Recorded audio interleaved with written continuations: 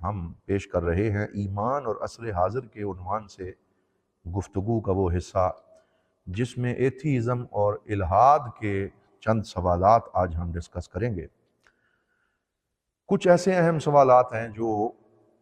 صرف ملحدین کے لیے اہم ہیں کیونکہ انہیں اپنے سر پہ سوار کیا ہوا ہے، اگرچہ جس کو اللہ نے ایمان عطا فرمایا ہے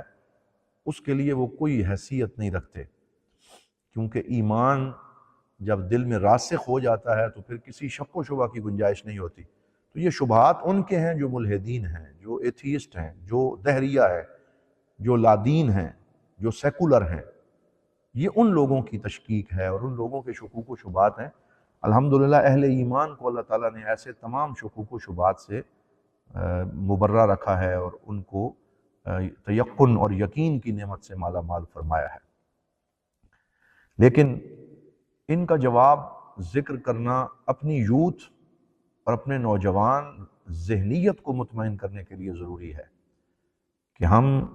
اپنی طرف سے کوشش کریں کہ ان کے جوابات پیش کریں۔ جو سوالات آئے دن ایسے لوگوں کی طرف اٹھائے جاتے ہیں جو اپنے آپ کو ملحد کہتے ہیں اور جو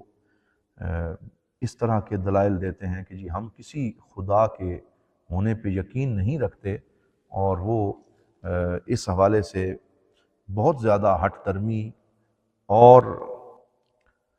سختی کا مظاہرہ کرتے ہیں۔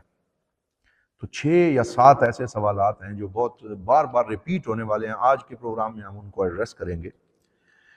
اور یہ جوابات ہمارے اپنے نوجوانوں، بھائیوں، بیٹوں، بیٹیوں اور سادہ لو مسلمانوں کے لیے ہیں، تاکہ وہ جب کسی ایسی صورتحال کا شکار ہوں تو ان کے پاس جواب ہونا چاہیے تاکہ وہ اس کا جواب پیش کر سکیں۔ اور یہ کوئی حتمی جواب نہیں، بلکہ یہ ہماری طرف سے ایک کوشش ہے۔ اس سے بہتر جواب بھی ہو سکتے ہیں، اور اللہ تعالیٰ اہل ایمان میں سے ہر بندے کو اپنی جانب سے ایسی کیفیات الہام فرماتا ہے اور ایسے علم عطا فرماتا ہے کہ ہر بندے کا جواب دینے کا انداز بھی جدا جدا ہوتا ہے۔ ایک سوال یہ کیا جاتا ہے کہ بھائی تم کہتے ہو کہ اللہ ہے اور خالق و مالک ہے، رازق ہے،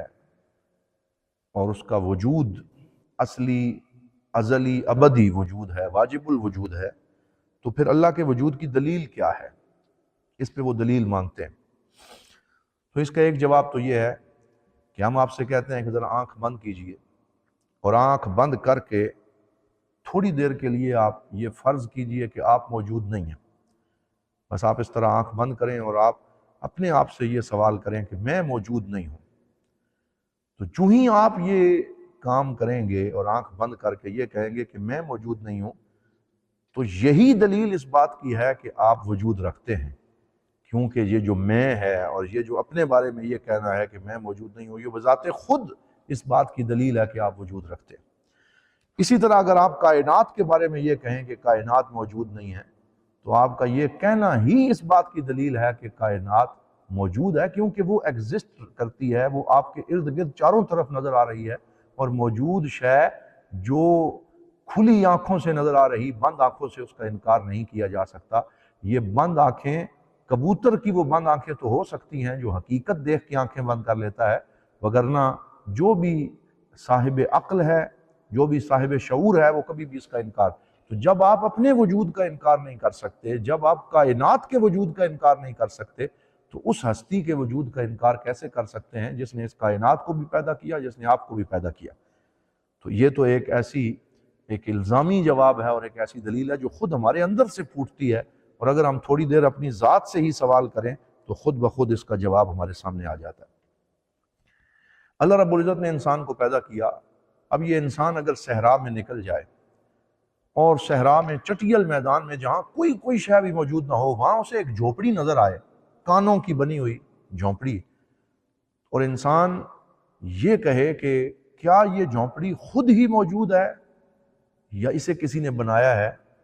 تو اس کی اپنی عقل اور اس کا اپنا شعور پکار کے اسے کہے گا کہ بھائی یہ کیا نان سینس ہے، یہ کیا بے وقوفی کی بات ہے، یہ جھونپڑی صحرا میں خود بخود کیسے کھڑی ہو سکتی ہے؟ ضرور اگر یہ جھونپڑی ہے تو یہاں کوئی بندہ آیا ہے اور اس نے اس کو بنایا ہے۔